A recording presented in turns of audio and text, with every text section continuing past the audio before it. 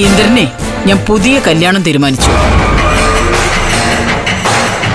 പെണ്ണെ, സച്ചി സാറിന്റെ മകള് ഇന്ദു.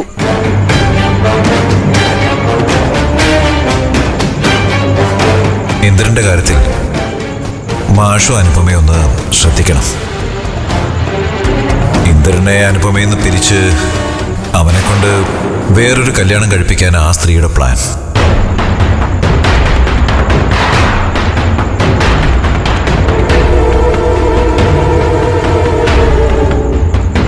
ഹലോ ഹലോ, എന്താ മാഷേ, കേട്ടിട്ട് വിശ്വാസം വന്നില്ലേ? അല്ല, ഇനിയും മാഷിന്റെ ഹൃദയമിടിപ്പങ്ങ് നിലച്ചു പോയോ? നീ പറയുന്ന കാര്യങ്ങളൊക്കെ ഞാൻ എങ്ങനെ എടുക്കുമെന്ന് കുറച്ചു മുമ്പ് ഞാൻ പറഞ്ഞത് നീ മറന്നുപോയോ സുശീലേ? ഇന്ദ്രന്റെയും അനുപമയുടെയും ഡിവോഴ്സ് നടക്കില്ല എന്നുള്ള ടെൻഷനൊന്നും വേണ്ട, അത് ഉറപ്പായിട്ട് നടക്കും. പക്ഷേ ഇന്ദ്രന്റെയും ഇന്ദുവിന്റെയും കല്യാണം അത് നടക്കുമെന്ന കാര്യത്തിൽ എനിക്ക് സംശയമുണ്ട്. അനന്തമാഷിനെ ആ കാര്യത്തിൽ ഒരു സംശയവും വേണ്ട.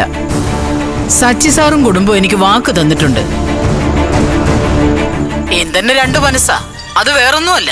അവസാന നിമിഷം നിങ്ങളും മകളും അവരെ തിരിച്ചു വിളിച്ചെങ്കിലോ എന്നൊരു പ്രതീക്ഷ. അതുകൊണ്ട് ഡിവോഴ്സ് ഉത്തരവ് വന്ന ശേഷം മാത്രം വാക്ക് തരാമെന്നാ അവര് പറഞ്ഞിരിക്കുന്നത്. നല്ല കാര്യം.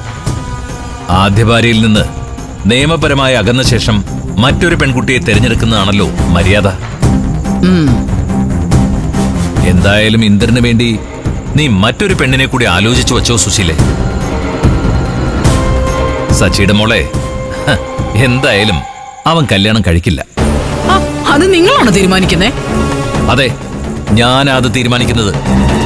എന്നെ മറികടന്ന് നിനക്കത് നടത്തി കാണിക്കാമെങ്കിൽ കാണിക്ക് നീ.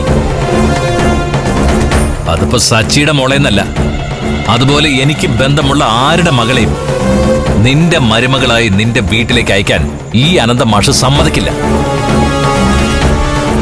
അതെന്റെ തീരുമാന.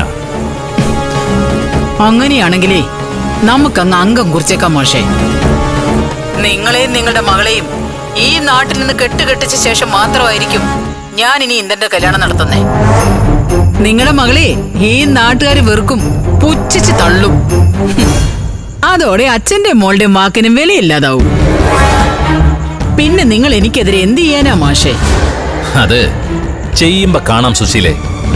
നീ ഫോൺ വെക്കേ. അല്ല,